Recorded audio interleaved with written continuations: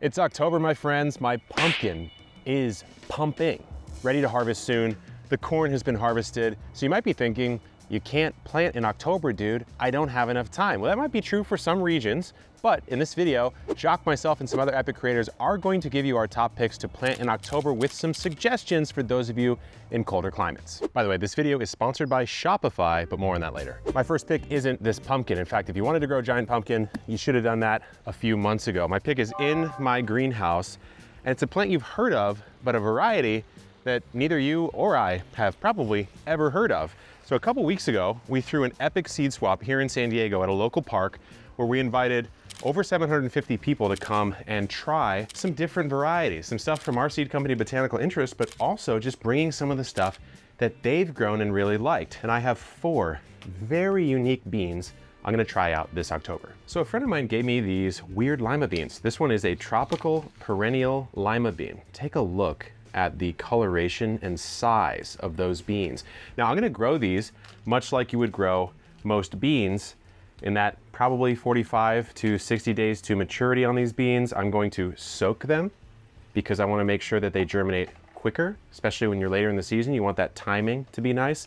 The next one I have is the Pima Nation lima bean. Take a look at that. Kind of a bit of a brown orange color, a nice little speckle on that as well. I've got a pink tiger stripe lima. Sort of ironic that I'm growing all these limas. I used to sit at the table at dinner and just throw a fuss because I did not want to eat lima beans. Now I'm growing 3 esoteric lima beans as a 37-year-old adult. It's kind of weird. But this one is from China. This one is called the pink tiger stripe. And then I have the Appaloosa bean, which is right here. And this one, again, like such a unique looking cultivar. So I'm gonna grow these all, like I said, much like you would grow a normal bean, with the exception of soaking them, because I wanna speed that germination up just a touch.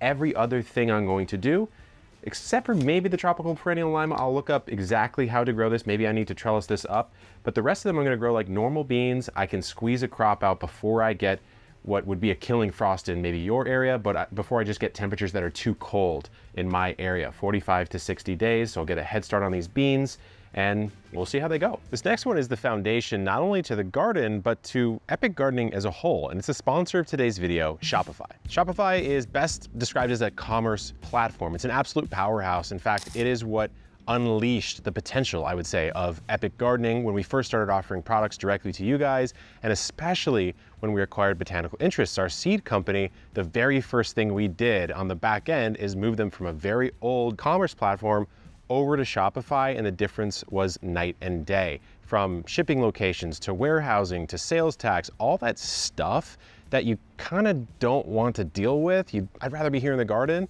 It helps you do all of that. There's tons of apps, collective features that allow you to stock product from your favorite vendors and offer it directly to your customers. So believe me when I tell you, if there's simply one app I could not live without to run epic gardening, it would be Shopify. You can get a free trial at shopify.com/epic gardening, or at the link in the description or in the QR code. Thanks to Shopify for sponsoring the video.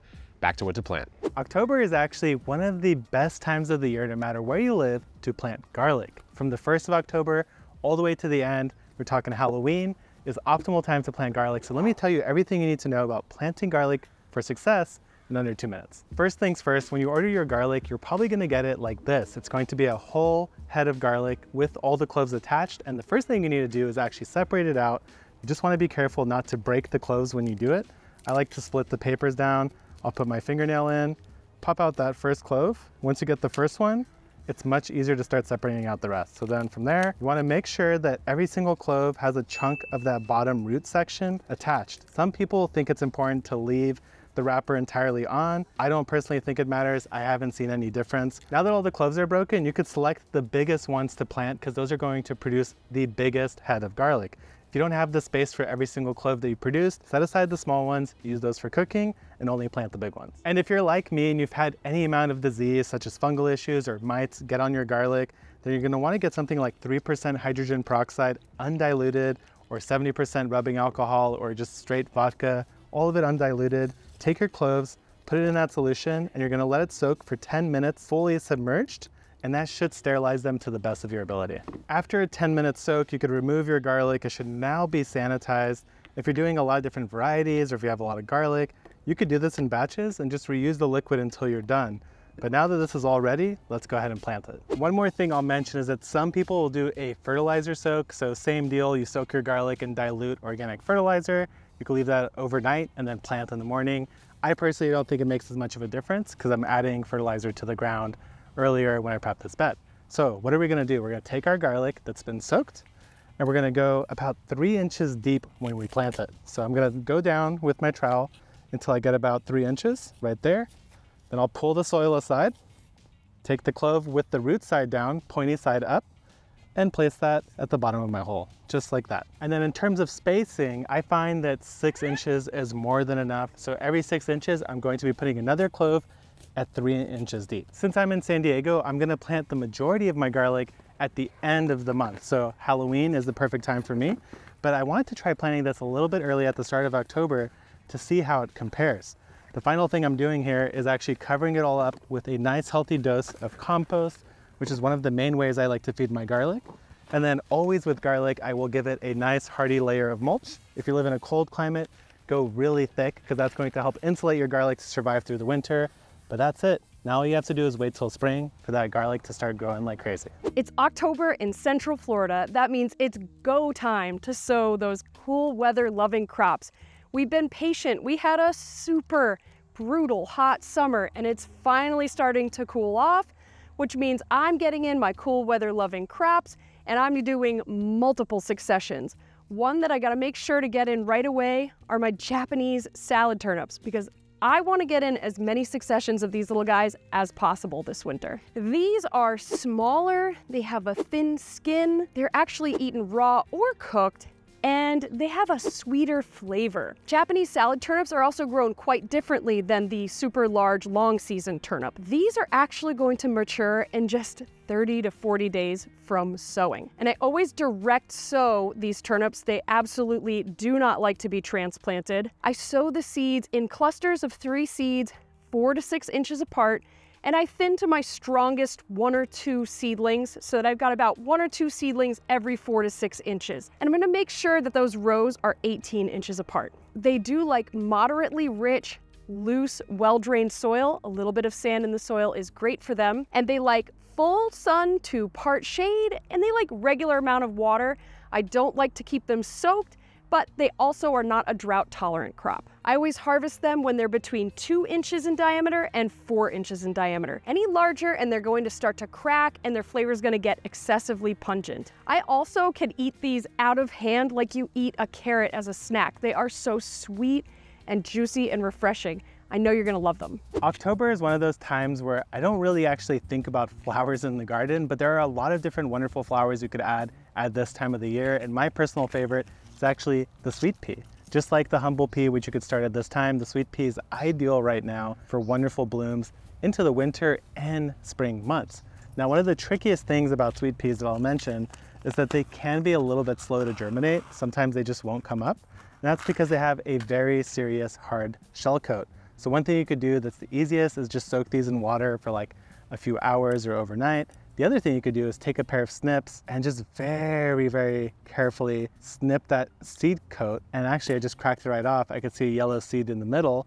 And now this pea is going to germinate much faster. So all I'm going to do here is I'm going to take 2 pea seeds just in case. And every, I don't know, about 6 inches or so, I'm going to go ahead and drill these seeds down into the earth. Nothing fancy here, it just has to be buried. And the wonderful thing about sweet peas is that they will make use of any vertical thing that you put next to them as a trellis. So as this is growing, it's going to start climbing, going up this trellis. And come spring, I fully expect this to be well above this trellis, covered in blooms, because that's exactly what I did last year. It smelled and looked wonderful, and it's going to look great for you too. I have been patiently waiting for this heat to pass so that I could start my cabbage seeds. I like to start them in seedling trays and transplant them out after they've gotten a little bit established. I do this because even in October in Florida, it can still be pretty hot to start your brassicas. So I keep them protected in some part shade and I give them consistent watering so they don't dry out. I'm gonna sow those seeds in my seedling trays 1/4 inch deep, and I'm gonna give them consistent watering. Preparing their planting site, I'm gonna provide rich, well-drained soil with the addition of some good quality organic matter.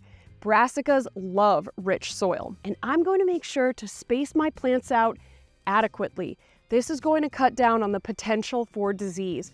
So I'm going to space my plants 2 feet apart in rows at least 3 feet apart. Lots of airflow is key. We're gonna put them in an area that receives full sun to part shade. We're gonna give them consistent watering, and side dressing with some high quality compost throughout the season is not a bad idea. And you'll know when to harvest. They'll be about 4 to 6 inches in diameter, and those heads are gonna weigh up to 3 to 4 pounds a piece. They're gonna make a mess of delicious sauerkraut, crispy, sweet, and refreshing.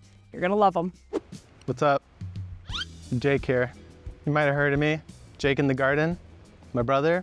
We don't talk about him, but what we are talking about is October. And today, we're gonna plant some beets because I like eating beets. So let's get in there. One thing Jake always said is just plant the seed, man. It's gonna grow. But when it comes to something like beets, you got more than one seed in each seed. These are multi-seeded. So here's the deal. If you wanna grow a bunch of beets and you don't care if they're big, take 3 seeds called multi-sowing. Poke that right into the earth there. When those guys come up, you'll get 3 small beets. It's gonna be more than 1 big beet. That's all you need. If you want just that 1 big beet though, go ahead and take that seed, plant it in. You might still get 2 beets because they are multi-seeded. But when it comes to growing something like this, it doesn't take much. You could transplant them, but honestly, Jake just likes to go straight into the ground, just like this, and it works for him every time. Now this next crop loves the sandy soil that I have in my garden here in Central Florida, but it does not love the excruciating heat of summer. So I have to hold off, be patient, and wait until October to start my carrots. Now, I specifically love to grow rainbow carrots. I not only love them for their nutritional value, cosmic purple carrots are loaded with the anthocyanin, but I really love to grow them for my daughter. I have a toddler and she is obsessed with pulling carrots. It's like treasure hunting for her, and it is double exciting when they come out of the ground this brilliant purple color. And they have these really surprising vibrant orange centers, so they're really beautiful when you slice them. Carrots want full sun to part shade, and they are not drought tolerant. Please don't let them dry out. They're going to thrive with consistent watering. I sow my carrot seeds in a thick band, and then I thin them to 1 inch apart. This is going to be plenty of space. And then I make sure to space those rows about 8 inches apart to give their tops room to grow. Then I space those rows about 8 inches apart. The best way to know when a carrot is ready is actually just to pull back the soil at the crown of the plant and make sure that the shoulders are nice and wide and about the size you're ready to harvest them. And I want to make sure that I have a consistent harvest all the way up until spring. So I'm going to succession sow my carrots every 3 weeks for the next few months. Fall has to easily be one of my favorite seasons, but there is one thing I don't appreciate about it, and that is that almost everything is just green. There's not that much color that happens in the garden. So this year I'm making a special consideration to start as many fall flowers as I can. I actually have 2 really great options for you today. First one is Linaria, the second one is Lobelia. Both of these are really fantastic for warm weather growers who are going into the fall because they bloom heavier as the temperatures get colder. So these are truly bloomers in cold weather. One thing I wanted to note though is that they're both surface sowing seeds. So you only put them on the top, you don't bury them, and they come out super, super teeny and tiny. So they take a little while to start, but once they're up, you could plant them right on the edge of your raised bed. They're really nice, showy flowers that spill down or just barely poke up and add tons of color and contrast to your fall garden. Last month, I told you to plant lettuce in a bed like this in September, and take a look, it's doing really well, but my pick right now is for those of you who don't want to plant anything at all. I'm not gonna say don't plant anything, I'm gonna say plant a selection of cover crops instead. Cover crops are typically thought of as something that a farmer would do to stop land from being fallow or barren or empty over the course of a season, planting something on it that adds to the soil in some way. Maybe it breaks up the soil, maybe it adds more nutrients to the soil. There's a lot of different things that a cover crop can do, but we've experimented a lot lately here at Epic with adding cover crops to raised beds, especially for those of you in a colder climate where you don't have enough time to grow something substantial, but you can sow what's called a cover crop on top of a raised bed, let it grow out and survive the winter if it's hardy enough, or sometimes die, or what's called winter kill, and then it will decompose in place, improving that soil for the next season. So I have a lot of suggestions here. We have these bigger packs where we sell a more bulk amount of cover crops you can sow. They're really perfect for a raised bed. I got 2 that I want to talk about. The rest of them you can of course just check out on the store. The first, for those of you in zone 4, all the way down to zone 4. So don't say that I don't help you out in colder zones. I'm here for you, at least right now. Hairy vetch, not the sexiest sounding name out there, not very attractive, but it looks good and it grows fast. It's about 60 days and it's hardy down to zone 4, growing through the winter. And all you do is you just sow a bed and you let it grow and you don't do anything else. That's the beauty of it. You just let the winter kill it, or you chop it down. Once it's mature, you let it decompose in place, and it adds a ton of nitrogen to your soil in pretty short order. The next one, you may remember from an old thriller movie, fava beans. This guy is edible, you can eat it, though a lot of people use it as a cover crop for 2 reasons. It's gonna add nitrogen to the soil if the beans are allowed to fully mature and form and die, or it's gonna help break up the soil and also add a lot of biomass to a raised bed. So you can plant the fava beans right here. They will grow, they'll even grow into the cold season, and then you can just chop them down. So if you plant them right about now, no matter what zone, you're probably not gonna actually get beans, but you'll get nice tall plants that add a lot of biomass to your raised bed. It can be a great way to avoid adding tons of more compost to the soil. Just grow that compost and let it drop right on top of the soil. So these are some of our picks. Like I mentioned, we have at least 4 or 5 other cool packs at botanicalinterest.com. If you want to see a full in-depth guide to cover cropping in a raised bed, check this video out right here. Good luck in the garden and keep on growing.